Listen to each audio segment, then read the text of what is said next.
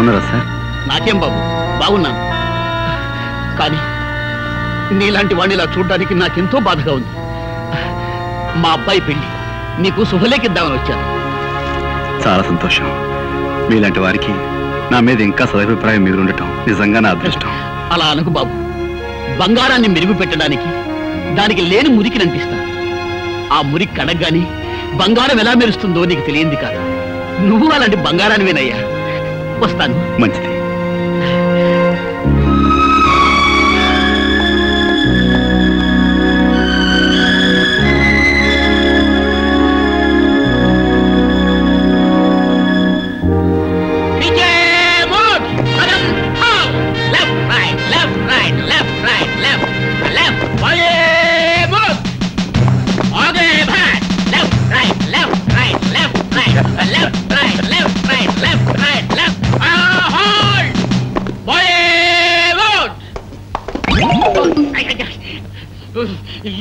You 104. Hey, 104. నీ వల్ల drill గుల్లైపోతా ఉంది. మార్కెట్ కిందప్పుడల్లా బాగా తింటావాడు చేపలు. నీ మీద రిపోర్ట్ ఉంది. Take care. ఇతన్ని చూసి నేర్చుకోండి అయ్యా. కొత్తగా డ్యూటీలో జాయిన్ అయ్యాడు. ఎంత వండర్ఫుల్ గా చేస్తున్నాడు మార్చి. మనకు ఓపెన్ చూస్తుంటే ఎట్టా ఉందిరా? కచేరీలో మన బాగా హార్మోని వాయించట్లేదా? ఎందుకుండదురా, ఆడికి ట్రైనింగ్ అంతా ఇచ్చి తోలేసింది నేనే కదా. ఆయన ట్రైనింగ్ ఇచ్చి తోలేయడానికి ఆడేమన్నా జట్కా పెట్టి గుర్రం అనుకున్నారా? గడ్డి బాబు వేద్దాం. అందుకే నేను అందరూ తప్పుడు కదా అప్పలరాజు అంటారు. ఆడ కానిస్టేబుల్ గారా, నమస్కారం. నేను ఆడ కానిస్టేబుల్ కాదండి, ఆ హెడ్ కానిస్టేబుల్ గారు ఉన్నారే వారి అమ్మాయిని. ఓహో, టైగర్ రాముడు గారు అమ్మాయి అత్తమారు. అవునండి. మరేంటి ఈ బట్టలు వేసుకొచ్చారేంటి? అదే మా నాన్న పాత డ్రెస్ ఉంటే నేను వేసుకొచ్చాను అంతే. Mister Gopi, I'm congratulating you. Very good. Take your positions. ఇప్పుడు very good. Well done, well done. Head constable tiger రాముడిని టచ్ చేస్తావా? Who are you? నేను ఫాదర్ గోపి. ఐ అప్పలరాజు. గోపి మామ. Horse riding. So what? First of all you go away from here. Get out. Rama అంటే బూత్ మాటలు ఆయన పడుతున్నాయండి మీ పోలీసులకి. మన అబ్బాయి కూడా పోలీసే కదా. Sorry sorry sorry. All right. Get out.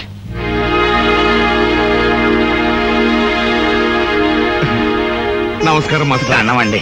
నమస్కారం, రండి. ఒక మంచి శుభవార్త చెబుదాను వచ్చాను. ఏమిటది? మీరు అక్షరాలు నేర్పిన మా గోపిగాడు ఇప్పుడు దేశాన్ని కాపాడే కానిస్టేబుల్ అయ్యాడు. ఇదంతా తమ చేతి. ఇప్పుడు మీరు మా వాడిని చూస్తే ఎంత ఆనందపడతారో. విన్నా సంతోషంగానే ఉంది పాపారెడ్డి గారు. నా ఈ బ్రతుకు గొడవేదో తేలిపోతే నేనే స్వయంగా వచ్చి చూస్తాను. జగన్నాథం, రండి బ్రదర్స్. మా గోపి అబ్బాయి కూడా మీ పోలీస్ ఉద్యోగం వచ్చేసిందిగా. ఇక నుంచి మనం బంధువులం, స్నేహితులం. ఏంటి కాపీ తాగుతారా? మాస్టారు, మీకు మర్యాదగా చెప్తున్నాం, నిరాహార దీక్ష విరమించుకోండి. కలెక్టర్ గారు వచ్చే టైం అయింది. ఆయన దృష్టిలో ఇది పడితే మంచిది కాదు. లేవండి. నాకు రావాల్సిన పెన్షన్ ఇవ్వకుండా తిప్పుతున్నారు. ఈ విషయం కలెక్టర్ గారి దృష్టిలో పడాలనే ఈ నిరాహార దీక్ష. చాలా పెద్ద కబుర్లు చెప్పొచ్చావు. తొందరపడకండి అయ్యా, మాస్టర్ చాలా మంచి ఆయన. ఇప్పుడు మా అబ్బాయి కూడా మీ డిపార్ట్మెంట్ చేరాడు.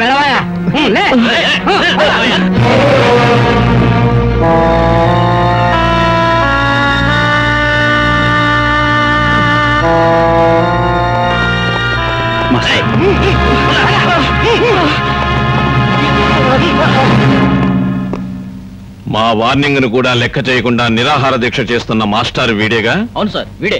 సరే, మీరు వెళ్ళొచ్చు. మా పోలీసులంటే అంత నిర్లక్ష్యంగా ఉందా? చేయకూడదు తప్పు నేనేం చేయలేదు బాబు. మీ వాళ్ళే అన్యాయంగా.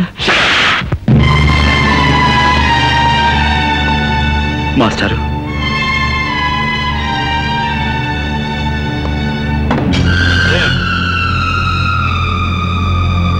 క్షమించండి సార్.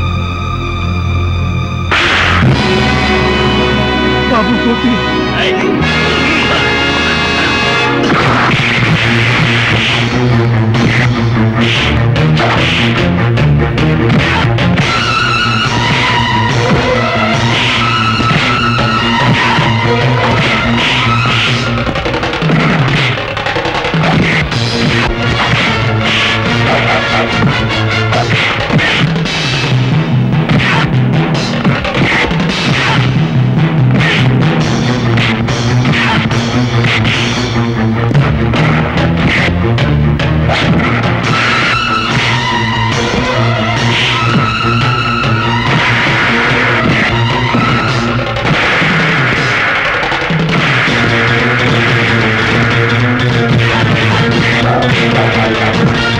బాబు గోపి, వద్దు నాయనా, ఆవేశపడకు, నా మాట విను.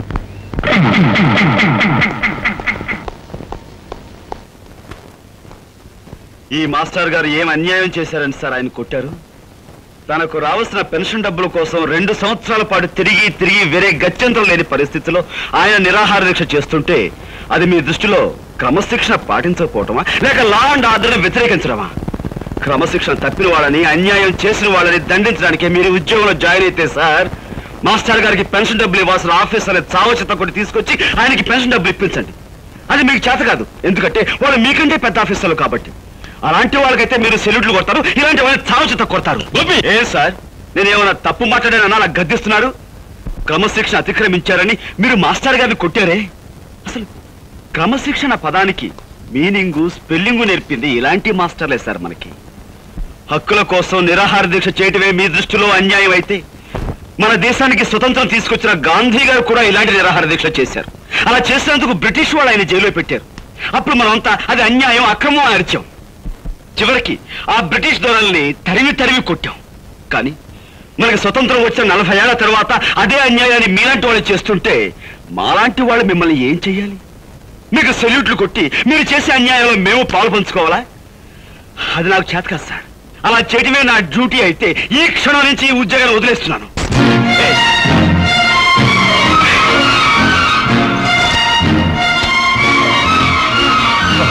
ఆవేశపడు. క్షమించండి మాస్టర్, గవర్నమెంట్ దగ్గర జీతం పుచ్చుకుంటూ న్యాయాన్ని కొట్టడానికే ఈ కాకి బట్ట అధికారాన్ని ఉపయోగిస్తే మాకు కిరాయి గుండాలకి తేడా ఏముంటుంది? అందుకే ఈ ఉద్యోగాన్ని వదిలిపెట్టి వెళ్ళిపోతున్నాను. వస్తాను మాస్టర్, ఉంటానండి.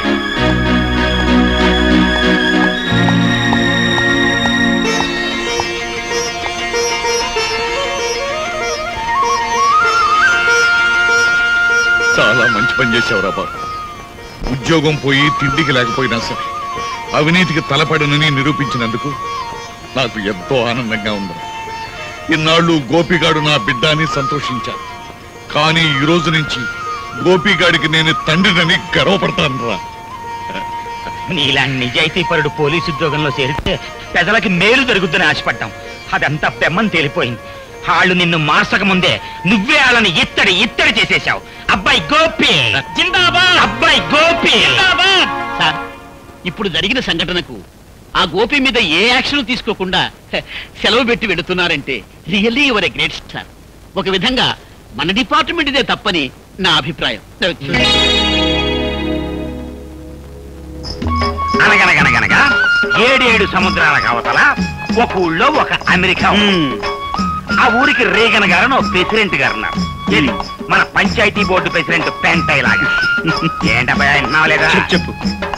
ఈ రేగన్ గారు చాలా గొప్ప మడిసి. మరి అంత గొప్ప మడిసి మనం కూర్చోమంటే కూర్చోలేడు, నుంచోమంటే నుంచోలేడు. పోనీ ఒక గ్లాసు మజ్జిగో మంచినీళ్ళు తాగవయా అంటే ఆ పని చేయలేడు. ఎందువలన చేత ఇదిగో ఇలాంటి తప్పుడు కథలు చెప్తావు కాబట్టి ఊళ్ళో అంతా నేను తప్పుడు కథలు అప్పలరాజు అంటుంటారు. అబ్బయ్యా, నీకు సమాధానం తెలిస్తే చెప్పు, లేకపోతే లేదు.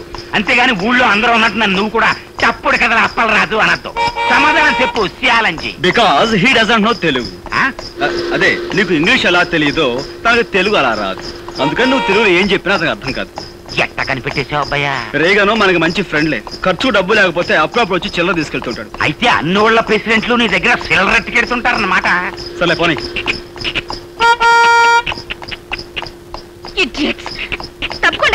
బండపు ఓళ్ళేం వెనకమాల అగ్గిపెట్టి కారు, అందులో ఆడకూతురు. ఓళ్ళేం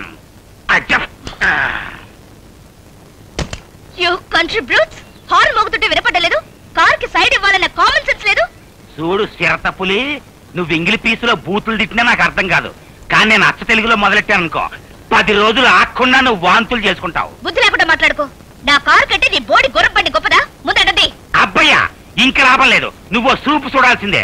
ఇత్తడైపోవాలి. ఇదిగో చూడు పాప, నీకో విషయం తెలుసో తెలియదో, 2 కత్తులు ఒకే వరలో ఇమర్చవచ్చు, 2 పువ్వులు ఒకే చెవిలో పెట్టచ్చు, 2 హార్మోనీ పెట్టెలు ఒకేసారి వాయించవచ్చు. కానీ ఒక బండి మాత్రమే పట్టే ఈ ఇరుకు సందులో నీ బండికి సైడ్ ఇవ్వటం కుదరదన్న లోకల్ నాలెడ్జ్ నీకు లేకపోవటం నిజంగా నీ కర్మ. Shut up. ఖచ్చితంగా ఈ పిల్ల పట్నం చదువులతో పాడైపోయింది అబ్బాయ. లేదంటే వీళ్ళ బాబుకి నడమంత్రం సరి, ఈ అమ్మాయికి అర్ధాంతరంగా వయసైనా వచ్చి ఉండాలి. ఇది కరెక్ట్ అబ్బాయ. చూసావా, అయిపోయింది. ఇత్తడే ఇత్తడే అయ్యో! ఇత్తడే ఇది ఇత్తడే కిలో 10 రూపాయలు ఇత్తడే. సరే, రారా. ఏయ్ రావయ్య, వెళ్ళి ఆ పొగరమూత ఎవరు? హార్మోని పాపారెడ్డి కొడుకమ్మ. ఇతను హార్మోని చాలా బాగా వాయిస్తాడు.